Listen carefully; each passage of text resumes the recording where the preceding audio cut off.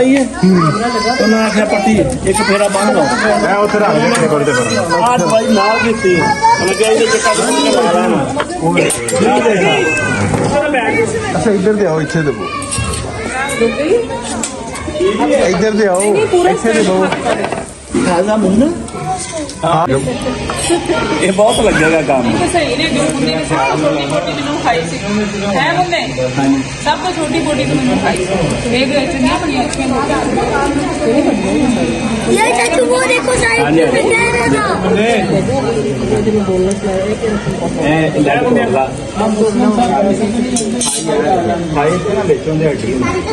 Yes yes लो ये मेरी बेटी अनाया आ गई इसको खड़ा करो या मैं नाल एक बेस होंदा और हड्डी वाला अस्सलाम वालेकुम, कैसे हैं जी सब लोग। उम्मीद करती हूँ बिल्कुल खैरियत के साथ होंगे। ये है हमारे गांव से वापस आने से एक दिन पहले रात की वीडियो। सबका प्लान था कि बारबेक्यू किया जाए, तो मेरे छोटे देवर दोनों गए और जाके चिकन ले आए। माशाल्लाह बड़ी रौनक थी। और ये जो सबसे छोटा वाला है, इसने बारबेक्यू बनाना होता है। पहले पहले मेरे हस्बैंड बनाया करते थे, लेकिन अब उन्होंने रिटायरमेंट ले ली है बारबेक्यू बनाने से, तो अब ये बनाता है। और ये शौकीन भी है सबसे ज़्यादा। तो सीख पे जो लगानी होती हैं बोटियाँ वो मैं लगाती हूँ, और ये बारबेक्यू बनाता है। बहुत सारा मज़ा आया इसमें, हमें बहुत ही हमने एंजॉय किया। बच्चे देखें छोटे छोटे साथ एक्साइटमेंट में बैठे हैं कि पता नहीं क्या हो रहा है। एक मेरी नंद का छोटा बेटा है, वो बड़ा एक्साइटेड होता है और वो हर दफ़ा कहता है कि मुझे भी हेल्प करनी है आप लोगों की, तो साथ उसने भी बोटियाँ लगाई। तो चलें जी, अब चलते हैं वापस अपने घर की तरफ।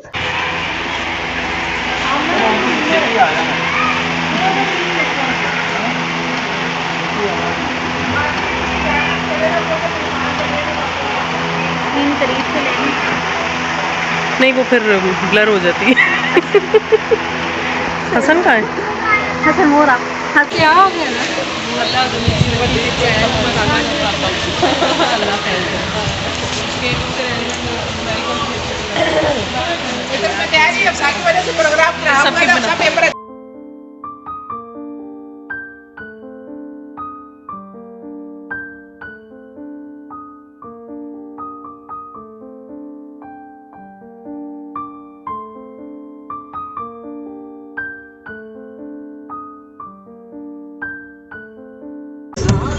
अल्लाह हाफिज़। अल्लाह। तो चलें जी, एक इमोशनल से गुड बाय के बाद शुरू होता है अब वापसी का सफ़र। वापसी का सफ़र हमेशा बच्चों के लिए बड़ा डिप्रेसिंग होता है। खैर मेरी जो बड़ी बेटी है वो तो यहाँ से जाते हुए भी खुश होती है और वापसी पे भी खुश होती है, और वो हर जगह अकोमोडेट हो जाती है। लेकिन जो दरमियान वाली है वो बहुत ज़्यादा जो है वो तंग करती है वापसी पे, कि हम कुछ दिन और गाँव रह जाएँ, कुछ दिन और रुक जाएँ। लेकिन जाहिर है कि फिर जॉब के इशूज़ हैं और उसके साथ साथ बच्चों की पढ़ाई है, तो छुट्टी जितने भी दिन की हो, जब वो काउंटेड डेज होते हैं तो वो बड़ी जल्दी लगता है कि ख़त्म हो गए। अब्दुल हकीम से हम चढ़े मोटरवे पे, और वहाँ पे गाड़ी मैंने अपने हस्बैंड से ले ली, क्योंकि जो पिछला हमारा सफ़र है वो है तो कोई 80-90 किलोमीटर होता है, लेकिन वो काफ़ी गंदा सफ़र होता है। रोड जो हैं वो जो लोकल होती हैं वो बहुत बहुत अरसे तक रिपेयर नहीं होती हैं, और सड़क जो है वो काफ़ी ज़्यादा टूटी फूटी थी। वहाँ पे मेरे हस्बैंड ही ड्राइव करते हैं। एक तो वो 2 वे रोड होता है, रश बहुत ज़्यादा होता है, और फिर रेडियाँ, मोटरसाइकिल्स और हर किस्म की ट्रैफिक उस पर होती है। तो मैंने सोचा कि चलेंगे थोड़ी देर रेस्ट करें, तो इतनी देर में सॉल्ट रेंज तक मैं ड्राइव कर लूँगी। उससे 2 ड्राइवर्स होने का ये फ़ायदा होता है कि आपका सफ़र जो है वो ज़रा आसानी से कट जाता है। पहले पहले जब हम आते थे तो उस वक्त सिर्फ फैसलाबाद तक मोटरवे होता था, तो फिर हमारा सफ़र काफ़ी ज़्यादा टायरिंग हो जाता था, क्योंकि आगे छोटे छोटे शहरों से गुजर के जाना होता था, और वो सड़कें जो हैं उनके कोई हाल नहीं होते। तो वापसी पे बच्चों का ये प्लान था कि हम जाएंगे भेरा KFC पे। आते हुए दादों ने बच्चों को पैसे दिए, तो बच्चे जो हैं उनको जैसे ही पैसे मिलते हैं तो उनको सबसे पहले जो चीज़ नज़र आती है वो खाने पीने की आती है। तो मैंने कहा चलें, आपके पास ईद के पैसे काफ़ी सारे इकट्ठे हैं, पूल करें अपने पैसे और खाना पीना करें।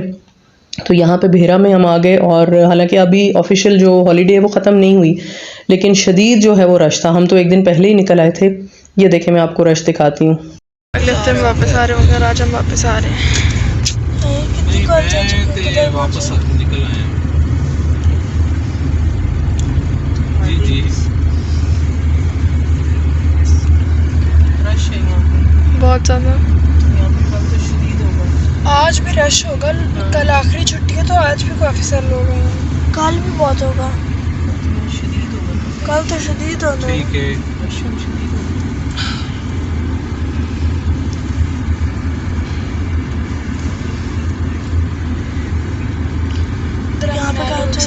हाँ इधर रुके थे।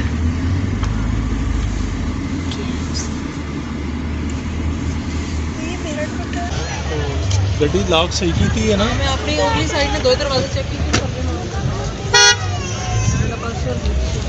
आज तो छुट्टी भी खत्म नहीं हुई, इतना रश है। तो कल आखिरी छुट्टी है ना।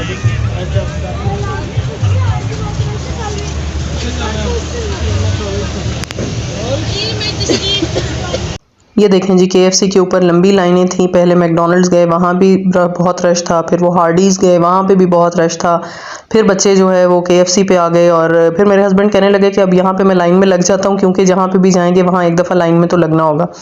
तो यहाँ खैर खाना कलेक्ट करने में बहुत टाइम नहीं लगता, तो मैं ऊपर वेट कर रही थी कि कोई टेबल खाली हो। जैसे ही एक टेबल खाली हुई हम वहाँ बैठ गए। ये देखें अभी वहाँ से उन्होंने क्लीनिंग भी नहीं की थी, तो फिर हमने डब्बे उठा के साथ एक और टेबल खाली थी उस पर रखी। खैर वो उनका जो वेटर था वो आके ले गया थोड़ी देर के बाद, और बड़ी मुश्किल से हमें ये बैठने की जगह मिली, क्योंकि मुझे गाड़ी में बैठ के खाना इतना पसंद नहीं है। वहाँ इतना कंफर्टेबल नहीं होता, और फिर इधर उधर हाथ साफ़ करने और खाना और गोद में रखना जो है वो बड़ा मुश्किल होता है। तो बार बार लोग आ जा रहे थे, बहुत ज़्यादा रश था, बहुत ज़्यादा लोग आज भी ट्रैवल कर रहे थे। और जो लास्ट डे होगा यकीनन छुट्टी का, उसमें तो बहुत ही ज़्यादा रश होगा, आपको जगह ही नहीं मिलती यहाँ पे। ये सबसे ज़्यादा मसरूफ़ जो है ये रेस्ट एरिया है मोटरवे का। जब भी यहाँ जाएँ तो यहाँ पे लाइनें ही लगी होती।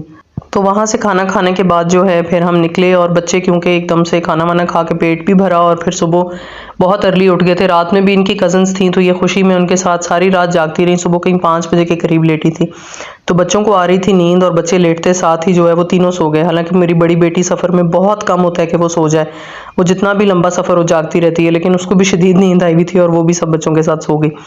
तो यहाँ पे ये देखें हम सॉल्ट रेंज का एरिया जो है वो क्रॉस कर रहे हैं। बहुत ही खूबसूरत ये व्यू है माशाल्लाह। मोटरवे का जो ये वाला एरिया है सॉल्ट रेंज का ये है, तो यहाँ पे ड्राइव ज़रा मुश्किल है, इतनी सेफ़ भी नहीं है और डेंजरस भी है, लेकिन ये इलाका जो है इसकी खूबसूरती वो देखने से ताल्लुक़ रखती है। मैं तो जब भी यहाँ जाती हूँ, और अगर मौसम स्पेशली अच्छा हो तो फिर तो बहुत अच्छा लगता है। अच्छा, रोड साइड पे काफ़ी सारे लोग जो हैं वो बेचारे गाड़ियाँ, क्योंकि ये काफ़ी स्टीप है, यहाँ पे हाइट मोटरवे चौड़ा होने की वजह से इतनी फील नहीं होती, लेकिन हाइट काफ़ी ज़्यादा है। ये देखें यहाँ पे भी एक गाड़ी जो है वो नज़र आ रही है।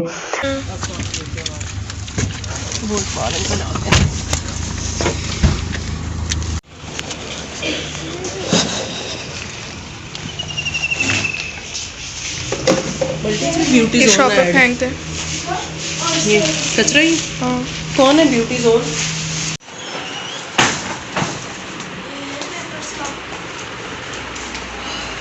और जाने से पहले घर जितना भी साफ़ करके जाएं। जब एक हफ़्ता घर बंद रहता है तो वहाँ पे अच्छा खासा जो है वो मिट्टी और चीज़ें वगैरह जो है, हालांकि हमारा घर काफ़ी ज़्यादा सील है, वहाँ पे डस्ट इतनी ज़्यादा जो है वो अंदर नहीं आती अगर दरवाजे बंद हो।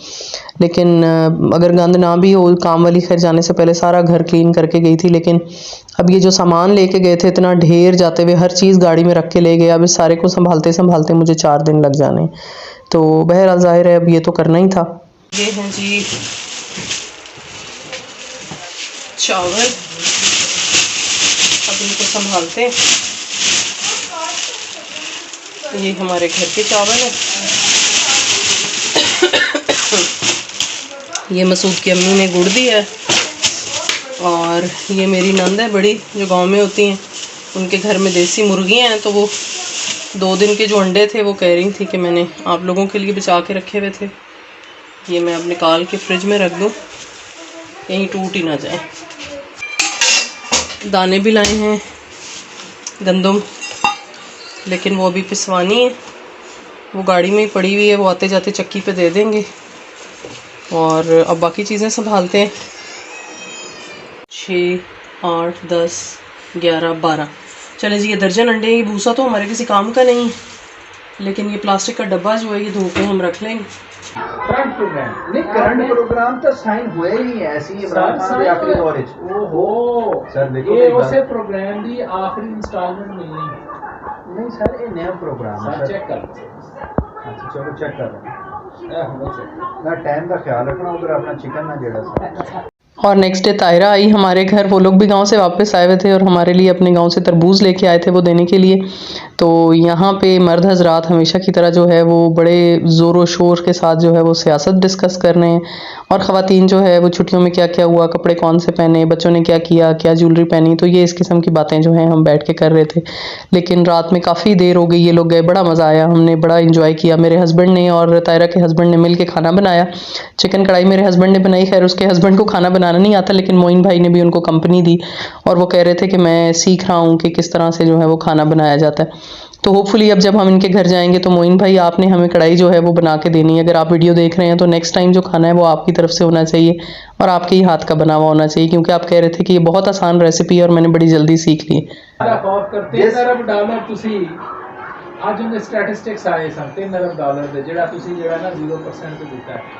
और कल है जी इंशाल्लाह मेरी बेटी का फर्स्ट बोर्ड का एग्ज़ाम, और यहाँ मोइन भाई जो है वो उसको बैठ के टिप्स वगैरह दे रहे हैं कि पेपर कैसे जो है वो आपने अटेम्प्ट करना है। टू अवॉइड चीटिंग, ठीक है, कि अगर अगले बंदे ने कहा है कि जी पहले का सवाल अच्छा जैसे पहले होता था फलां का सी है, इशारों में बता दिए, पहले का सवाल उसका जवाब सी है, तो अब आपके पास तो वो पहला है, ठीक है, लेकिन जो पिछला है उसके पास शायद वो 7वां क्वेश्चन हो, तो ये ना सारे गलत करके इसलिए नो चीटिंग एट ऑल। उन्होंने फातिमा से पूछा था। Rely on your own intellect and rely on your capabilities, और अल्लाह पे यकीन रखें, और किसी पे जो है वो इधर और किसी दूसरे को देख के अपना सवाल चेंज नहीं करना आंसर। इस सूरत में हमेशा आपका जवाब गलत होगा जो आपने किसी दूसरे को देख के जो है वो किया है। ये आपके जहन में चीज़ आनी नहीं चाहिए कि मैंने जो है वो किसी से पूछ के लिखना है। Be proud of your self, जितने भी नंबर आते हैं इससे कोई फ़र्क नहीं पड़ता। Haven will not fall. आपके अगर पूरे नंबर नहीं आए और 5 नंबर 10 नंबर कम आ गए टोटल में से, तो कोई इससे कोई फ़र्क भी नहीं पड़ता। But you will be really satisfied कि भाई मैंने ना चीटिंग की है, ना मैंने जो है वो किसी को जो है ना वो। ये देखें जी, मशीन पे मैंने सेल्फ क्लीन लगाया हुआ है। मैंने फ़र्स्ट टाइम मशीन के लिए टैबलेट्स मंगवाई इसकी सफाई के लिए, और ऑनलाइन मैंने एक ऐड देखा था। अच्छा, ऐड में जो ट्यूटोरियल था उसमें जो पानी यहाँ से जो निकल रहा है उसमें शदीद किस्म की फंगस और चीज़ें साथ जा रही थी, लेकिन हमारा तो साफ़ सुथरा पानी निकला। मुझे नहीं पता कि मशीन के अंदर गंद था नहीं या वो उससे साफ़ नहीं हुआ। बहरहाल वो 2.5 घंटे का चक्कर लगा के मैंने सेल्फ क्लीन पे आज मशीन साफ़ कर ली। अब उम्मीद है कि वो डिसइंफेक्ट हो गई होगी। एनीवेज जी, यही थी हमारी वीडियो। अपना बहुत ख्याल रखिएगा। अल्लाह हाफिज़।